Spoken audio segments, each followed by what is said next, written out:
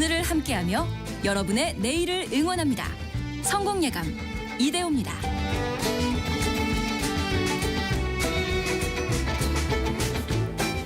성공예감 이대호입니다. 2부의 문을 열겠습니다.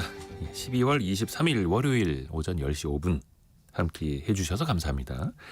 경제상식 퀴즈 정답 알려드릴 시간인데요. 정답은 장바구니였습니다. 장바구니.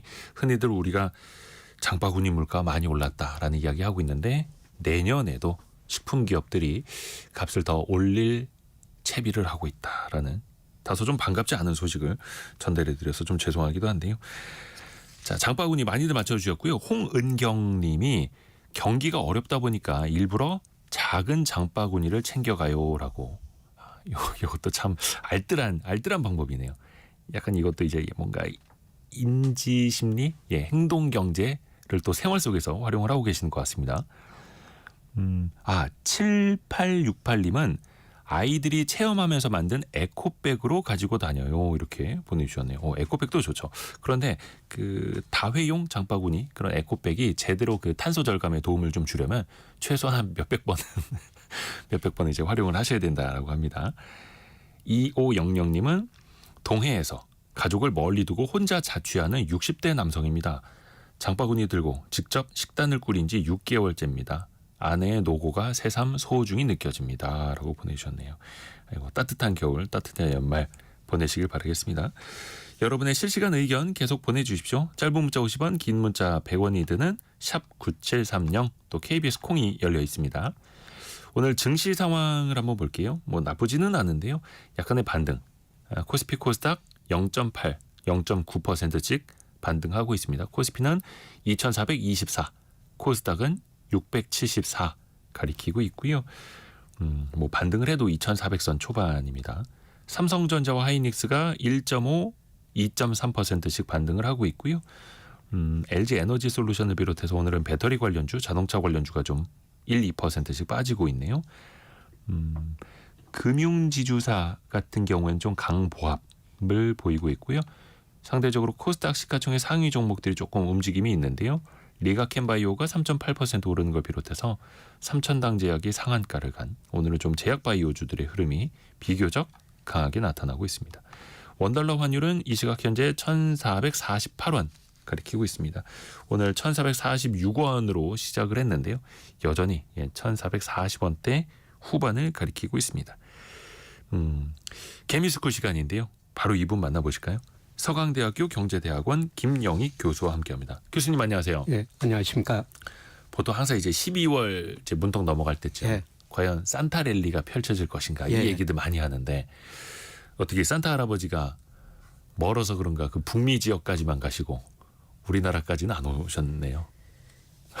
올해 들어서 사실 뭐 세계 평균 주가 지수가 한 16% 정도 올랐더라고요. 근데 우리 코스닥 많이 떨어졌고 코스닥은 세계에서 가장 많이 떨어졌죠. 코스피도 부진하고요. 그런데 이제 연말이 얼마 남았지 않았습니다. 그런데 연말까지는 그래도 우리 주가가 그동안 너무 저평가됐기 때문에 연말까지는 좀 반등하지 않을까 그렇게 생각합니다. 그렇죠. 원체는 많이 빠져가지고 더 빠질 때도 사실은 뭐 밸리에이션이나 이런 거는 뒷부분에 하나하나 좀 같이 여쭤보겠습니다. 그 주말 사이에 나온 뉴스가 어떻게 보면 이제 개인 일정일 수도 있겠습니다만 개인 일정이 아닌 개인 일정.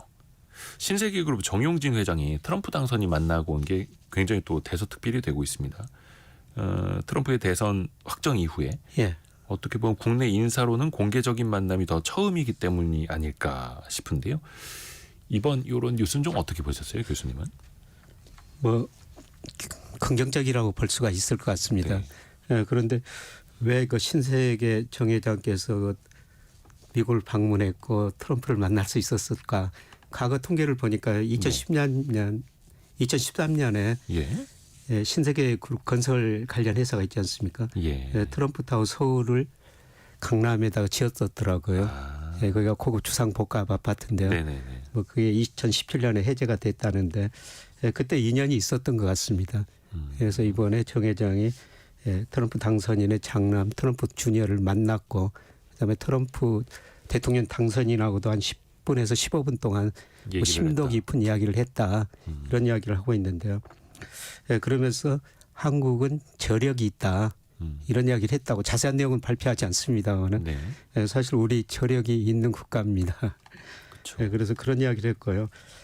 이번에 저 외무차관이 지금 미국을 방문한다는 겁니다. 그죠. 외교부 차관이 이제 미국 방문해서 예, 방문하는데 트럼프는 지금 만날 계획이 없다고 그러는데요. 예, 민간인이 이렇게 만났다는 거는 어느 정도 좀 긍정적인 요인이라 볼 수가 있겠고요. 예, 사실 트럼프가 이제 얼마 후에 취임하지 않습니까? 네. 예, 그래서 우리나라한테 막 방위비, 그다음에 수익 관세 인상 이런 것들 많은 거 요구할 텐데요. 우리 정부가 지금 여기에 대응해야 될 텐데 그런 점도 없고 외무차관도 뭐 트럼프도 못 만나고 있다는데 이런 의미에서 그래도 우리 민간인이 트럼프 대통령 당선인을 만났다는 거는 그래도 긍정적이지 않은가 이렇게 생각이 됩니다. 어떻게 보면 이제 외교 당국에서 발빠르게 움직여야 되는데 사실 외교 당국보다 민간이 더 빠르기도 하고 또 그게 트럼프 당선인의 스타일이기도 하고요. 예. 1월 20일에 이제 취임을 하니까 그 전후로도 또 한번 챙겨봐야겠습니다. 또 취임식에 누가 초청이 되느냐도 나중에 또 중요하게 우리가 체크를 해봐야 되겠고요.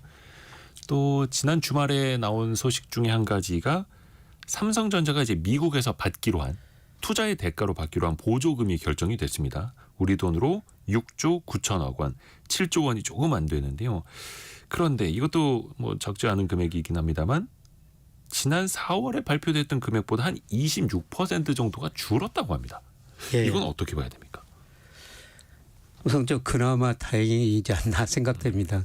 예, 사실 그 트럼프 대통령이 당선되면은 이 반도체 보조금을 없애겠다. 그랬었죠. 이런 이야기하고 그다음에 주는 것보다 훨씬 더 많이 투자를 해라. 이런 요구를 아마 할 것 같습니다. 예, 그런데 삼성전자도 그 텍사스주 테일러시에 투자를 하게 되는데요. 예, 당초 한 440억 달러 투자하기로 했는데 370억 달러로 좀 투자 규모를 줄인 것 같아요.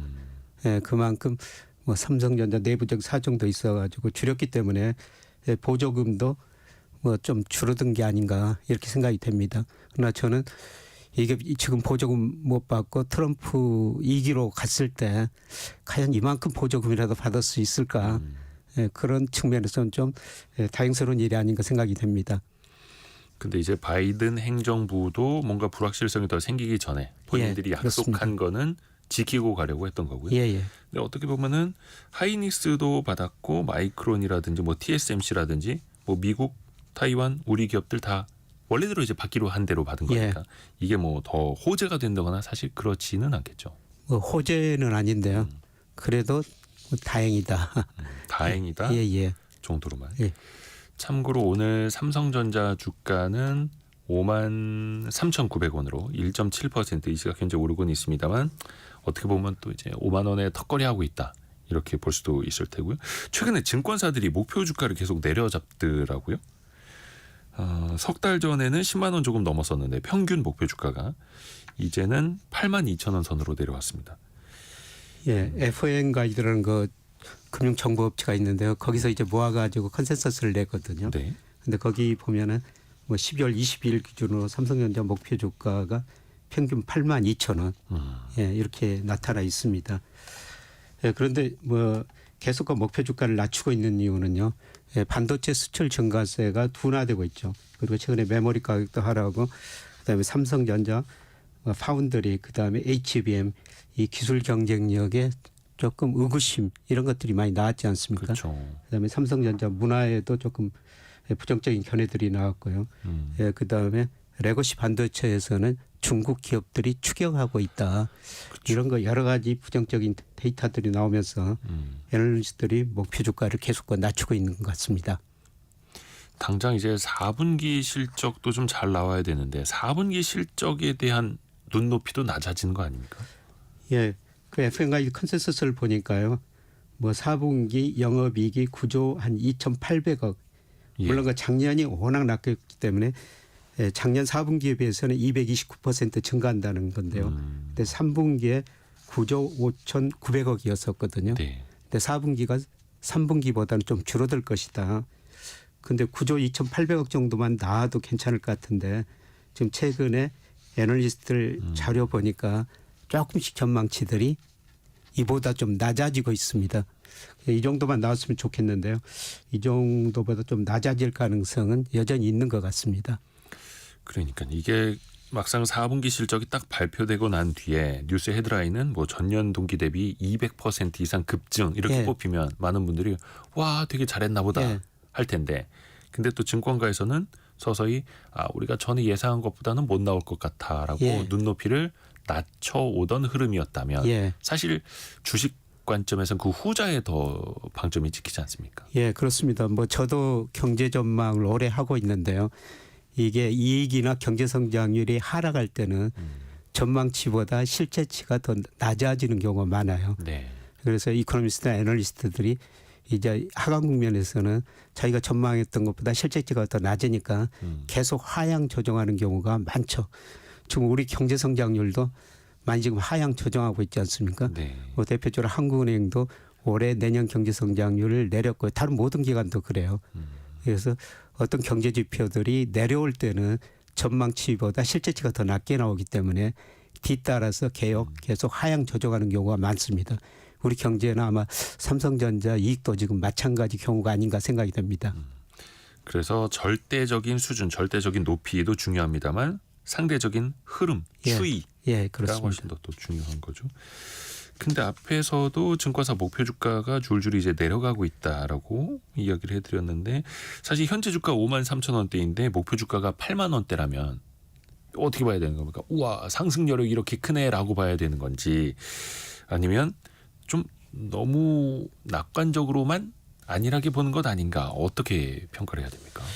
아직은 좀 낙관적인 것 같은데요. 근데 증권사가 삼성전자 담당 애널리스트들이 네. 보통 애널리스트들이 뭐 삼성전자 이익에 여러 가지 영향을 주는 요소를 고려해 가지고 보통 2년 후까지 매출액 영업이익을 전망하거든요. 네. 예, 거기에 따라 적정 주가를 추정하는데 보통 목표 주가라는 건 1년 후의 목표 주가예요.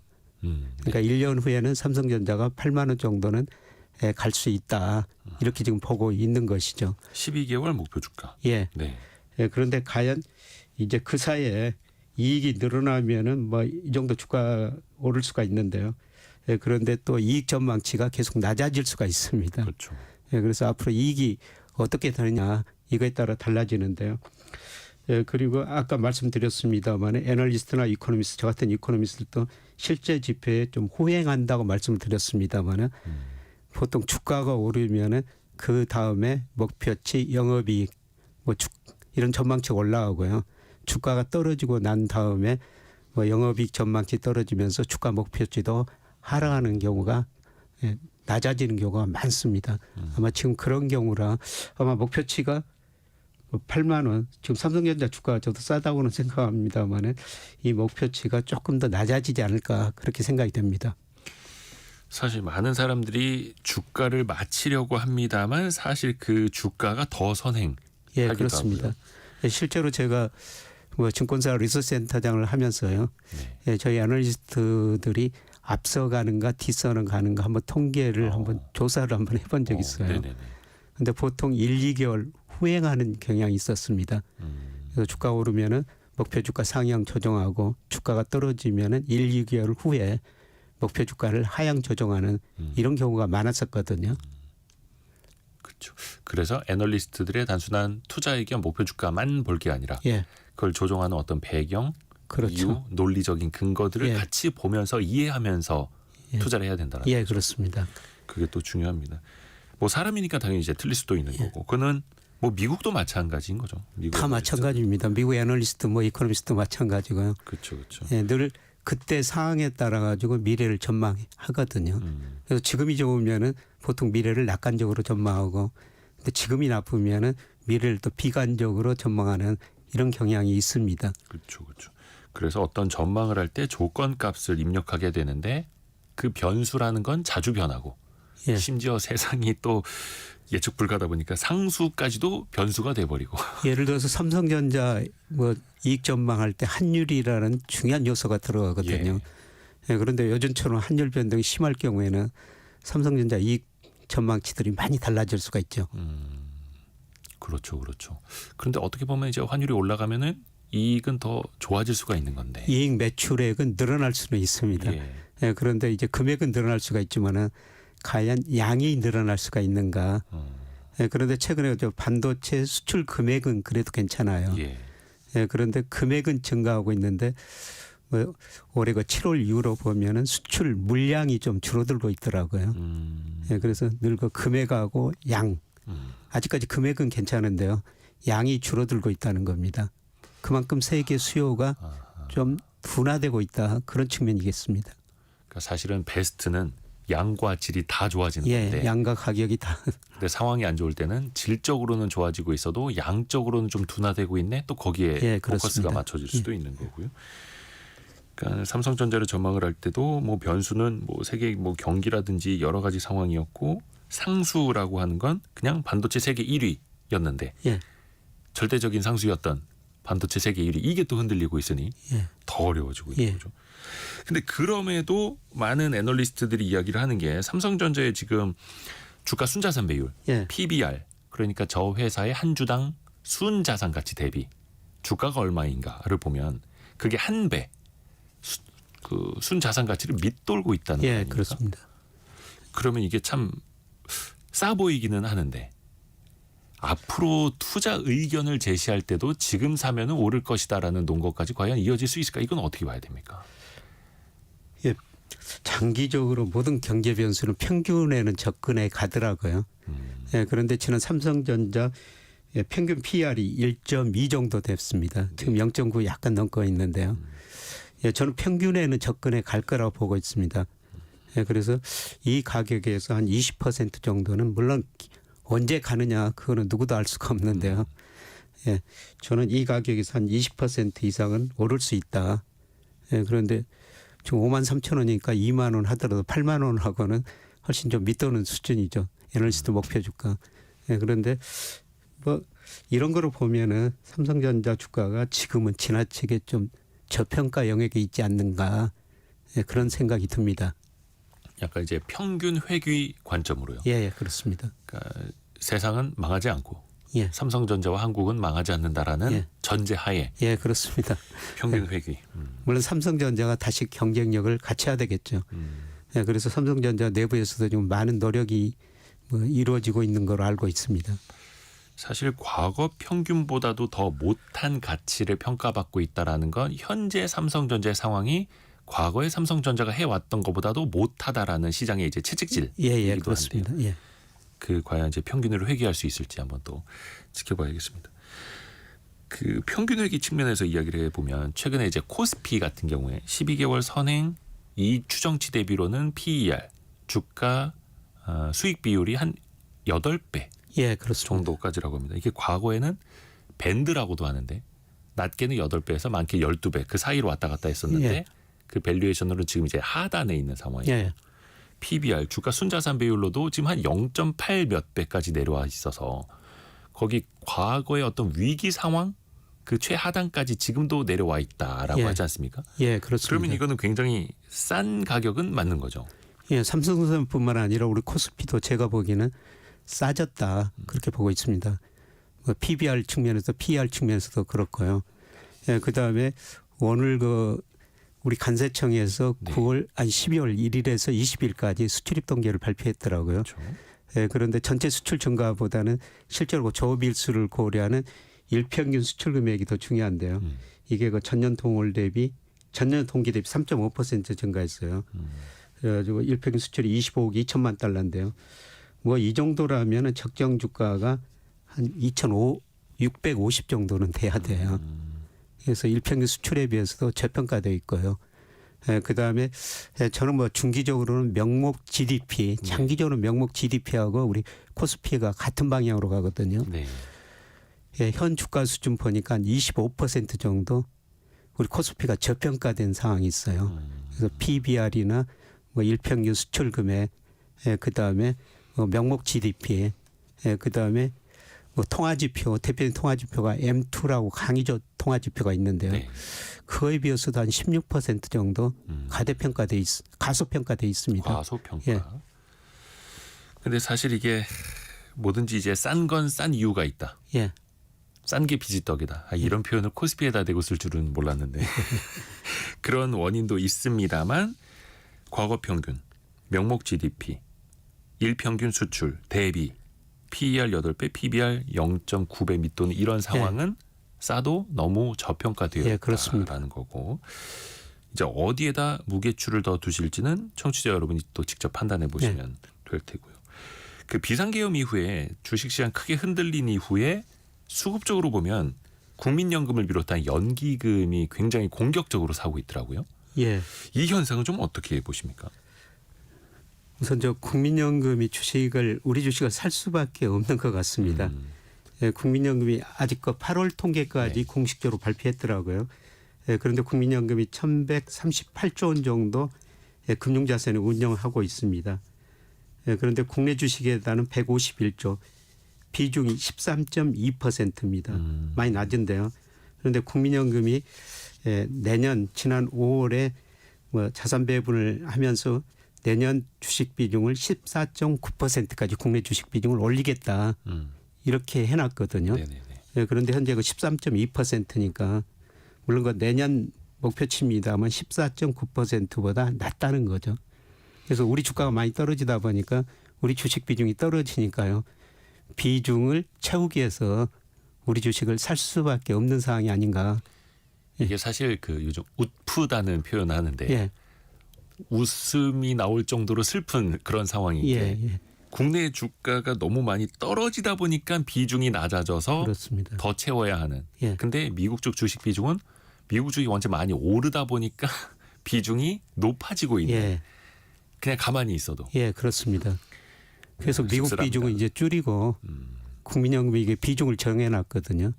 이제 미국 비중은 높아졌고 우리 비중은 줄어들었으니까 그 목표치를 채워야 되거든요. 그래서 우리 주식을 살 수밖에 없는 상황이 아닙니다. 그렇게 생각입니다. 그냥 가만히 내 지갑에 넣어놨는데 한쪽이 이제 쪼그라들고 있어서 더 사야 하는. 예. 씁쓸합니다. 근데 이제 일각에서는 이제 왜 증시 방어 이야기로 연기금이 동원되는 것 아니냐, 혹은 연기금이 더 적극적으로 사야 된다 이런 이야기들도 엇갈리고 있더라고요. 뭐 그런 상황도 있는 것 같습니다만은 예, 그렇다고 국민연금이 이렇게 목표 비중을 정해놨거든요. 뭐 이 목표 중에서는 펀드 매니저들이 나중에 책임이 있기 때문에 이 목표 비중을 크게 벗어나지는 않습니다. 그렇죠. 예, 말씀드렸습니다만은 지금 비중이 낮아졌기 때문에 그 비중을 채우기 위해서 사는 거 아닌가.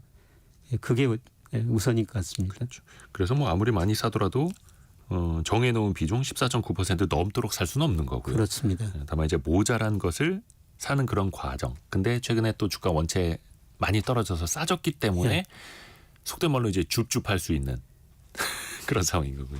예, 사실 뭐 저도 2달 전에 저 국민연금 강의를 갔었거든요. 네네. 전주로요? 예. 네. 그래서 그런 말씀을 드렸었어요.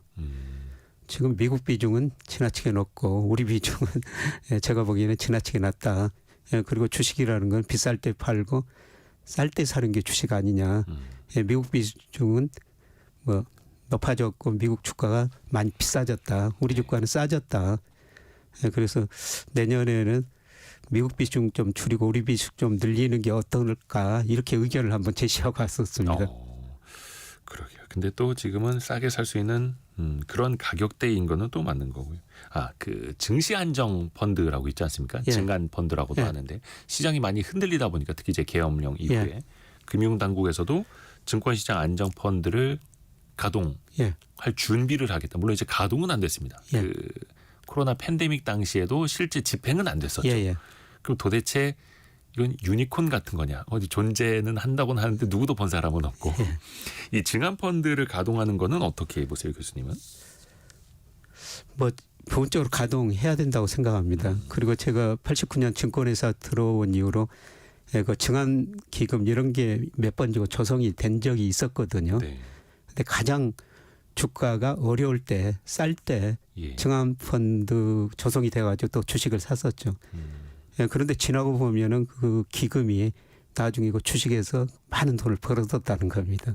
그러니까 증안 펀드를 가동할 정도 되면은 증시가 원체 많이 떨어져서 싸진 상황이니까. 그때 쌀 때 이제 증환펀드 이런 것들이고 주식을 산 거죠. 근데 지나고 보면은 수익을 좀 많이 냈다는 겁니다. 그러니까 그 코로나 팬데믹 당시에도 증권시장 안정펀드가 가동이 돼서 그때 많이 샀다면 예. 또 돈도 많이 벌었을 그렇죠. 텐데 예. 결과적으로 당시에는 눈치만 보다가 증환펀드는 집행이 안 됐었잖아요. 예. 이 증환펀드라는 게 금융사에서 돈을 객출하고 예. 유관기관 돈도 이제 같이 모으는 거다 보니까 아무래도 그쪽의 경영자들 입장에서는 좀 보수적으로 판단할 수밖에 없다 하더라고요. 예, 그렇습니다. 나중에 책임져야 될까 봐. 예. 근데 앞에서도 이야기를 하신 것처럼 저렴하게 살 수 있는 상황이기는 하다. 물론 이건 굉장히 장기적인 관점. 예, 장기적인 관점이죠. 예. 평균 회기가 앞에서도 이야기한 것처럼 작동한다라는 가정하에서 환율 이야기를 좀 해볼까? 오늘도 1,440원대 후반, 뭐 1,447원, 48원 나타내고 있던데요. 사실 이제 증시 반등을 위해서는 환율부터 좀 안정돼야 하는 선결 과제라고 해야 될까요? 그게 좀 있지 않습니까? 예, 환율이 안정돼야지. 뭐 대표적으로 환율이 우리 경제력을 나타내는 대표적인 지표니까 네. 환율이 안정돼야지 외국인들도 우리가 자식을 사게 되겠죠. 네. 예, 그런데 아직도 환율이 상당히 좀 불안한 상황인 것 같습니다. 뭐 일부에서는 뭐 1,500원이 넘을 수도 있다. 네네. 이런 거 전망까지 나옵니다만은 예, 저는 그 정도까지 안 가리라고 보고 있는데요. 예, 그런데 한 가지 불안 요인은 남아 있는 것 같습니다. 네. 예, 트럼프 2기가 1월 20일부터 출범하는데요. 그렇죠. 예, 그런데 트럼프 대통령 당선자가 중국산 수입 상품의 관세를 60% 부과하겠다. 예, 그러면 중국이 대응하는 방향이 위안화를 일부 평가 절하시켜 버리는 거예요. 아하. 예, 그러면 우리 환율은 위안 환율하고 거의 같은 방향으로 움직이죠. 예, 그래서 아시아 통화가 좀 비슷하게 움직이니까요. 예, 그렇습니다. 예, 그게 앞으로 남은 거 가장 큰 환율 상승의 리스크인 것 같습니다. 예, 그러나 트럼프가 과연 그 60% 관세를 부과할 것인가? 저는 협상용이 아닌가 그렇게 생각이 돼요. 예, 지난 트럼프 일기 때 예, 미국이 중국한테 많은 관세를 부과했지만은 오히려 미국의 대중 무역 적자는 늘어나 버렸습니다. 그 의미는 뭐냐면은 올마트에 중국산이 한 48%가 진열돼 있다고 그러는데요. 예. 예, 그거를 미국에서 생산할 수가 없는 것이죠. 그렇죠. 예, 예, 그리고 뭐 관세 올리면은 물가 오르고 예, 그렇기 때문에 아마 협상용이 아닌가 그렇게 생각합니다. 그런데 어떻든 예, 이제 트럼프가 중국에 얼마나 관세를 부과하고 중국이 어떻게 대응하는가 이게 이제 환율 우리 불안의 가장 큰 요인으로 남아 있는데요. 예, 그런데 우리 환율 결정에 가장 중요한 영향이 미 달러 인덱스라는 거거든요. 네. 우리 환율은 미 달러당 뭐 얼마 1,450원 이렇게 결정이 되니까요. 네. 그런데 달러 인덱스가 2022년 10월에 113이었었어요. 예, 그런데 그 이후로 100에서 114에 계속 박스권이거든요. 네. 현재 뭐 107 안팎에서 움직이고 있는데요. 예, 그런데 달러 인덱스가 여기서 110 이상으로 가버리냐 아니면은 100 이하로 중기적으로 떨어지느냐 중요한 기로에 있는 것 같습니다. 예, 그런데 제 생각엔 달러 인덱스가 여기서 더 이상 오르기는 힘들 것 같습니다. 우선 그 내년에 미국 성장률이 올해보다는 나빠진다는 겁니다. 둔화된다는 거죠.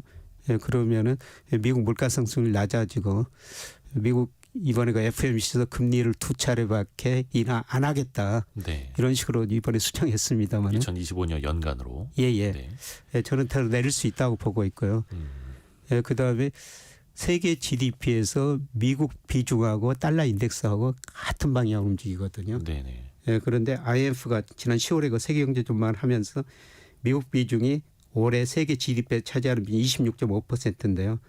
2029년까지 25.4%로 정도는 크지 않지만 계속 하락한다는 겁니다. 비중이요. 예, 글로벌 GDP에서 차지하는 비중이. 예, 그 비중이 줄어들 때 달러 인덱스가 떨어졌거든요. 아하. 예, 그리고 미국은 부채가 너무 많습니다.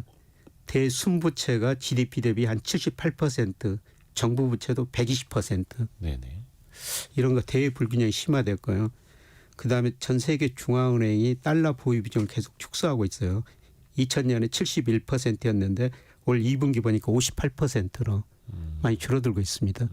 특히 그 세계 중앙은행이 달러 보유 비중을 줄이는 것은 이번에 러시아 우크라이나 전쟁 보면서 러시아가 달러 자산을 많이 보유하고 있었는데 네. 그 미국이 그걸 사용 못하게 만들었지 않습니까? 미국이 달러를 무기화하고 있다는 겁니다. 다른 나라도 미국 렌을 벗어나면은 달러를 사용 못 하겠구나. 예, 이런 생각이 든 거죠. 예, 그래서 달러 보유 비중을 전 세계가 계속 축소하고 있습니다. 예, 특히 중국이 제기를 많이 줄이고 있죠. 이런 요인을 고려해 볼 때 뭐 중기적으로는 저는 달러 강세보다는 달러 인덱스가 110이 넘는 것보다는 앞으로 100 이하로 떨어질 수 있다. 예, 그러면은 달러 인덱스가 달러 가치가 떨어지면 상대적으로 원화 가치가 올라가는 거죠. 예, 단기적으로는 중국 위안화 절하 때문에 환율이 좀 더 올라갈 수 있을 것 같습니다. 중기적으로 보면 우리 환율에 가장 영향을 미치는 달러 인덱스가 하락하면서 환율이 서서히 하락하지 않을까 그렇게 생각이 됩니다. 물론 우리 정치 불안이 좀 해소돼야 되겠죠. 그렇죠. 이게 사실 앞에서도 말씀하신 것처럼 2022년 10월 그때 아마 기억을 더듬어 보시면 뭐 레고랜드 사태 터지고 이럴 때 예.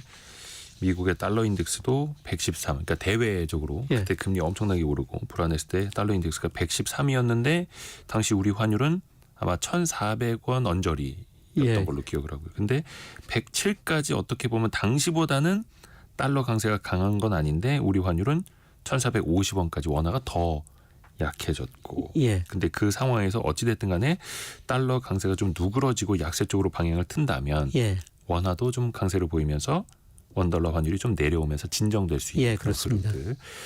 한번 또 하나하나 차근차근 또 지켜보겠습니다. 중간에 저희가 라디오 정보센터 잠시 가서 현재까지 들어와 있는 뉴스도 정리해드리겠습니다. 더불어민주당이 한덕수 대통령 권한대행에게 내일까지 정부로 이송된 내란 혐의 진상규명 특검법과 김건희 여사 특검법을 공포하라고 요구했습니다. 국민의힘은 위헌적인 특검법을 받아들이라는 것은 국정과 여당을 마비시키려는 야당의 속셈이라며 반발했습니다.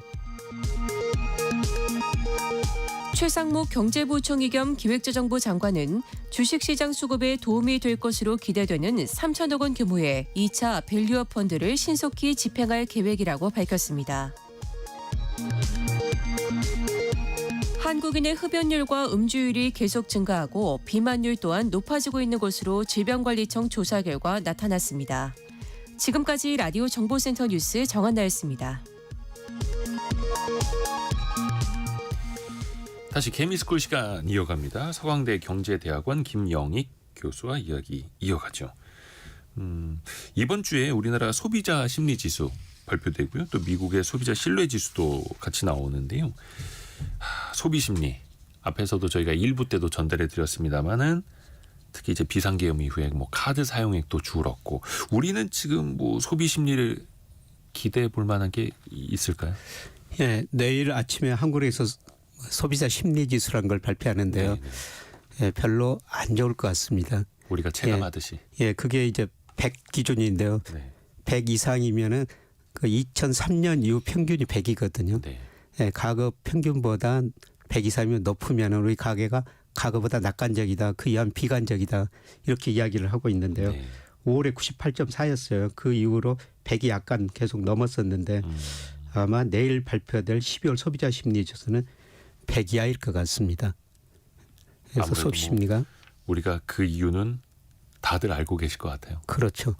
예, 비상계엄 이후로 처음으로 지금 발표되는 경제 지표거든요. 그래서 이 지표가 굉장히 좀 중요한 것 같습니다. 그러게요. 그리고 여기서 뭐 소비자 심리지수뿐만 아니라 뭐 우리 소비자들이 가게가 느끼는 기대 인플레이션 이것도 좀 낮아졌을 것 같고요.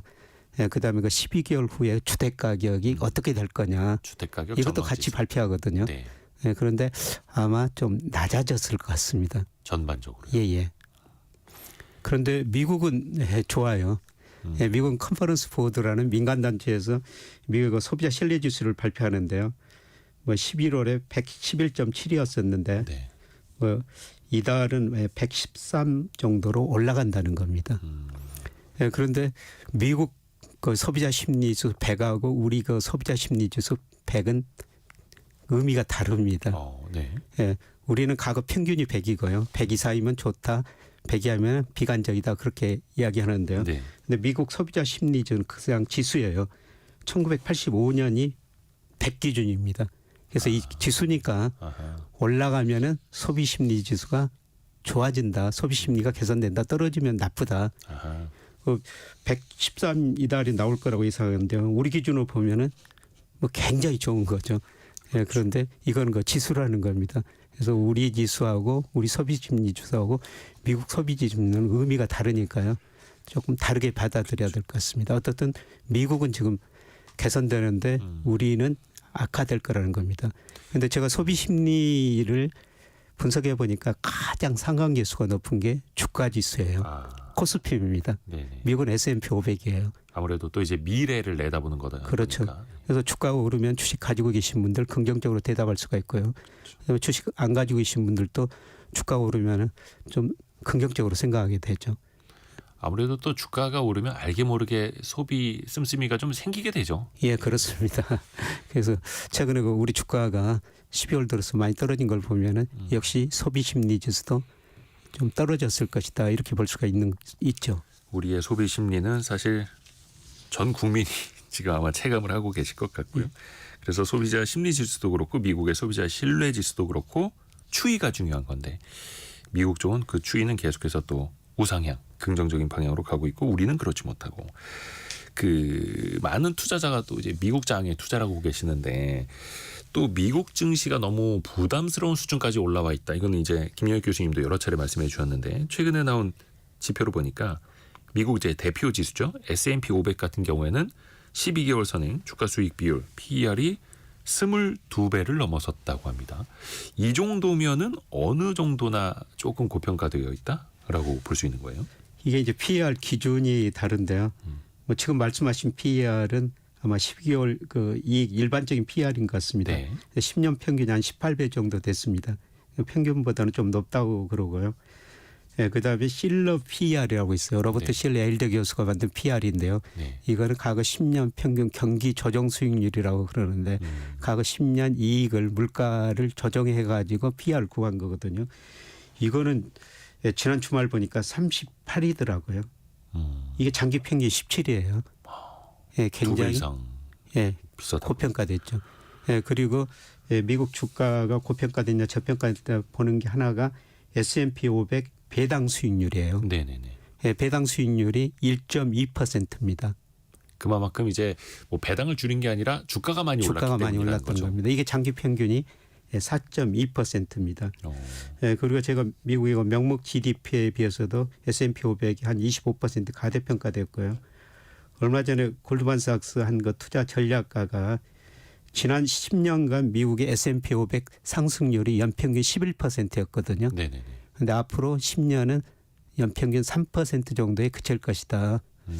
예, 그만큼 그 미국 주가가 현재는 고평가 영역에 있다 이렇게 볼 수가 있을 것 같습니다. 예, 그런데 뭐 올해 들어서 우리 저 투자자들 정말 그 미국 주식을 많이 샀더라고요. 네. 최근 통계 보니까 97%가 미국 주식이라는 겁니다. 그러니까 해외 주식 중에서 97%가 해외 미국 주식. 예. 중국은 0.7%. 뭐 다른 나라는 거의 안 사고 전부 미국 주식만 산 거죠. 예, 그런데 저는 좀 우려되는 거는요. 이렇게 돈이 한쪽으로 쏠리면은 나중에 보면 또 부작용이 나타나더라고요. 예, 지금 지나치게 미국으로 쏠리고 있는 거 아닌가. 예, 이런 통계 보면서 그런 생각이 듭니다. 예. 그러니까 왜 휴먼 인디케이터라는 것도 있고 우리가 이제 커뮤니티나 카페나 식당 같은 데서 사람들이 어떤 이야기를 하고 있나 살짝 들어보면 예. 그때 가장 뜨거운 자산이 나타나지 예. 않습니까? 예. 근데 최근에 보면은 아유 뭐 미국 주식 얘기들 많이 하시고 예. 거기서 한국 증시 얘기하고 있으면 약간 이제 바보 취급당하고 있고. 요새 그런 분위기가 팽배해 있습니다. 근데 요거는 어느 정도 이제 많이 또 미국장으로 쏠려 있다라는 또 현상으로 우리가 볼 수 있는 거고요. 근데 이제 미국 증시 좀 밸류에이션이라고 하는 어떤 뭐 가치 평가 지표가 많이 이제 고평가되어 있다라는 평가들은 나오고 있습니다만 또 반대편에서는 그만큼 실적 증가세도 탄탄하고 생산성, 효율성을 향상시키면서 기업들이 훨씬 더 그 고평가 받을 수 있는 영역으로 가고 있다. 또 이렇게 또 반론을 하더라고요. 뭐 그렇게 주장하신 분들도 많이 있는 것 같습니다. 네. 사실 그 엔비디아나 테슬라 보면은 최근에 그 많이 올랐어도 과거 평균 PR보다는 좀 낮더라고요. 예, 그런데 물론 그 애플가나 마이크로소프트 이런 회사들은 또 과거 평균보다는 PR이 훨씬 높습니다. 종목별로 좀 차이가 있는데요. 그런데 전반적으로 앞서 말씀드렸습니다마는 S&P PER이나 배당 수익률 이런 거 보면은 지나치게 높은 수준에 있지 않는가, 전반적으로 높은 수준에 있다고 저는 판단하고 있습니다. 그래서 그럴까요? 그 워런 버핏이 이끄는 버크셔 해서웨이 최근에 뭐 애플 비중마저도 줄이고 현금성 자산을 굉장히 많이 늘리고 있지 않습니까? 예. 그리고 또 채권 쪽으로 또 비중을 늘리고 있고 이 흐름은 어떻게 보고 계세요? 예, 9월 기준인데요. 채권 투자가 3,040억 달러, 주식이 2,716억 달러. 네. 2000년대 IT 거품이 붕괴됐죠. 그 이후로 여기서 그 채권이 주식보다 많은 거는 처음이라는 겁니다. 그러니까 버핏은 안전자산 쪽으로 돈을 옮기고 있다. 예. 예. 아까 그 미국 주식 배당 수익률이 1.2%로 말씀드렸는데요. 네네네. 지금 단기 채권을 많이 사고 있다고 그러는데 예를 들어서 단기 채권인 3개월짜리 수익률이 4.3%입니다. 예, 그다음에 6개월짜리가 뭐 4.3%. 뭐 저라도 이런 거 지표보면은 배당 수익률 1.2%보다는 채권을 사고 싶은 생각이 듭니다. 그러니까 버핏은 이제 현금 흐름도 중시하는 사람이기 때문에 기대할 수 있는 배당 수익률이 1.2%밖에 안 되는데 나라가 망하지 않으면 갚아주는 채권이 4% 이상을 준다고? 그러면 채권이 이런 식으로 간다는 거죠. 그렇죠. 예. 물론 이거는 이제 버핏의 방식이고 또 사람마다 또 생각이 또 다를 수는 있습니다. 근데 이제 미국 시장이 조금 이제 주식 기준으로 비싼 거는 알겠는데 그러면 미국 시장에 만약에 조정을 받게 되면 값싼 한국 증시는 오를 거냐? 괜히 지난주 후반에도 우리가 봤습니다만 미국 시장 조정받으면 한국 시장은 더 떨어지는 것 아니에요? 이런 또 불안감도 있거든요. 예, 제가 2주 전에 그 애국계 IB들 이코노미스트라고 모임이 있거든요. 그 모임에 참석했는데 다들 좀 고민이 많더라고요. 다들 미국 주가는 고평가다, 한국 주가는 저평가다. 예, 그런데 그냥 함부로 미국 주식 비중 줄이라고 말을 할 수 있는 상황이 아니다. 미국 주가 너무 많이 올랐기 때문에. 그렇죠. 예, 그러면서 좀 조심스럽게 접근을 하던데요. 예, 그런데 공통적인 의견은 이제 언제 외국인들이 한국 주식을 사느냐 두 가지 조건이라는 겁니다. 미국 주가가 어느 정도 조정을 보였을 때, 예, 그리고 우리 원달러 환율이 고점을 치고 언제 고점을 치고 떨어질지는 모르겠습니다만 원달러 환율이 안정될 때, 예, 그때 이제 외국인들이 우리 주식을 살 거라는 거죠. 네. 뭐 제 생각에는 그게 내년 뭐 아마 1분기 말 2분기 가면서 그런 현상이 벌어지지 않을까 생각이 됩니다. 원달러 환율이 좀 앞에서 말씀하신 것처럼 안정을 찾아야 되는 거고 예. 근데 미국 시장도 이제 조정이라고 표현하셨습니다만 더 올라갈 자리가 보이지 않을 때 예, 그렇습니다. 두리번 거리다가 어디가 싼 거야? 그럼 야 저기 한국 주식 저 줍줍할 수 있겠는데? 라는 이야기가 나올 수 있는. 예. 근데 실질적으로 운용을 하는 사람들 입장에서는 되게 고민이 되는 거네요. 인지 부조화. 그렇죠. 미국 시장 비싼 건 알겠는데 계속 비싸지고 있고. 예, 계속 오르니까 미국 주시장을 지금 함부로 줄일 수가 없는 거죠. 줄이라고 말하기도 힘들고요. 거기에서 용감하게 내가 먼저 팔겠소라고 하기도 힘든 거고요. 예. 또 용감하게 내가 먼저 한국 주식을 사겠소라고 하기도 힘든 거고요. 예, 그렇습니다. 그런 상황입니다. 아이고, 인지 부조화가 있을 수밖에 없는 그런 상황이네. 이거는 아마 뭐 해외 펀드 매니저뿐만 아니라 국내 개인 투자자들도 아마 마찬가지일 것 같아요. 예, 다 같은 생각을 하고 있는데 뭐 계속 미국 주가가 많이 오르다 보니까 미국 주식 비중 줄이란 말을 누구도 지금 함부로 지금 말하고 있지는 못하고 있는 상황입니다. 김영익 교수님만이 그런 말씀을 해주고 계시고.